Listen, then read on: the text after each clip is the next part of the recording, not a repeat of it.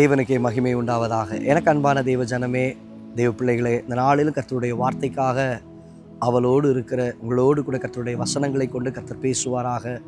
இந்த நாளிலும் மத்தேயு எழுதின சுவிசேஷம் 4ஆம் அதிகாரம் 10வது வசனத்திலே வாசிக்கிறோம்.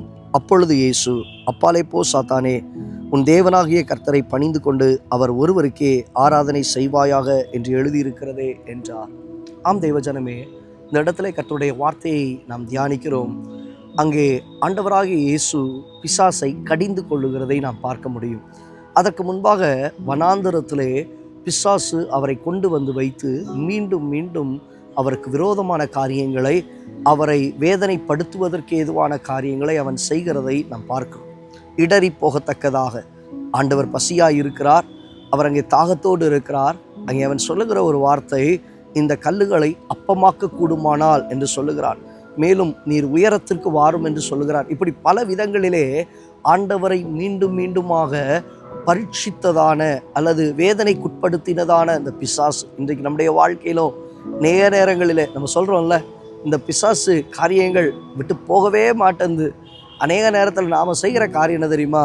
பிசாசை நம்ம என்கரேஜ் பண்ணிடுறோம். அவங்க கூட உட்காந்து குடித்தனம் நடத்துறதுக்கு நம்ம பார்க்குறோம். இல்லைங்க, வசனம் சொல்லுகிறது, ஆண்டவராக இயேசு அங்கே சொன்ன ஒரு வார்த்தை, அப்பாலே போ சாத்தானே.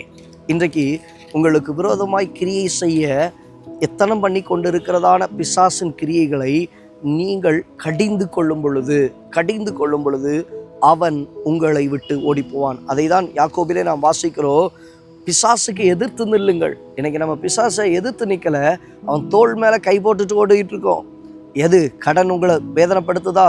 பிசாசின் கிரியைகள் எவைகளின் மூலமாக உங்களுடைய வாழ்க்கையில் தரித்திரங்களை கொண்டு வருகிறானா? பிசாசு குடும்பத்தில் சமாதானத்தை சீர்குலைக்கிறானா?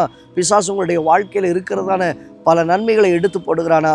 அதை கட்டி ஜெபம் பண்ணுங்க. ரட்சிக்கப்படாது இருக்கிற நபர்கள் இருக்கிறார்களா? கட்டி ஜெபம் பண்ணுங்க. இயேசுவின் நாமத்தினாலே இப்படிப்பட்ட கிரியைகள் எல்லாம் மாறிப்போய் பிசாசின் கிரியைகள் அழிக்கப்பட்டு தேவனாகிய கர்த்தர் உங்களுக்கு விடுதலையை தருவார். அங்கே நாம் வாசிக்கும் பொழுது வார்த்தை அழகாய் சொல்லப்பட்டிருக்கோம், அவர் கடிந்து கொண்டார். அடுத்த வார்த்தை சொல்லப்பட்டிருக்கோம், தேவதூதர்கள் அவருக்கு அங்கே வந்து பணிவிடை செய்தார்கள். ஆம் தேவ பிள்ளையே, நீங்கள் பிசாசை என்டர்டைன் பண்ணாமல் அவனை கடிந்து கொண்டு ஜெபம் பண்ணி பாருங்கள். அதன் பின்பாக நடக்கிற காரியம் என்ன தெரியுமா? தேவதூதர்கள் உங்களுக்கு வந்து பணிவிடை செய்வார்கள். தேவதூதர்கள் உங்களோடு இருந்து உங்களை வழி நடத்துவார்கள். தேவஜனமே, இன்றைக்கு கடிந்து கொள்ளுகிற ஒரு அனுபவம் நம்முடைய வாழ்க்கையில் பெருக தேவனாகிய கர்த்தர் கிருபை பாராட்டுவாராக. கண்களை மூடி செபிக்கலாமா? நல்ல தகப்பன், இந்த வார்த்தைகளை கேட்டுக்கொண்டு இருக்கிற நம்முடைய பிள்ளைகளுடைய வாழ்க்கையில் ஐயோ போராட்டங்கள், பிரச்சனைகள், வேதனைகள் என்று சொல்லுகிற அந்த சூழ்நிலைகளிலே பிசாசை கடிந்து கொண்டு ஜெபிக்க நம்முடைய பிள்ளைகளுக்கு கிருபை தாரும். தேவ தூதர்கள் அவர்களுக்கு வேண்டிய ஒத்தாசைகளை செய்ய உதவி செய்வீராக. தாழ்த்தி ஒப்பு கொடுக்கிறோம் இயேசுவின் நாமத்தில் பிதாவே, ஆமென். ஆம் தேவ ஜனமே, அப்பாலே போ சாத்தானே என்று சொல்லி கடிந்து கொண்ட ஆண்டவர், இன்றைக்கு பிசாசை என்டர்டைன் பண்ணாதீங்க, அவனை கடிந்து கொள்ளுங்க. குடும்பங்களிலே சமாதானம், சந்தோஷம், உங்களுக்குரிய நன்மை சகலவற்றையும் தந்து கர்த்தர் உங்களை ஆசீர்வதிப்பாராக. God bless you. God bless you.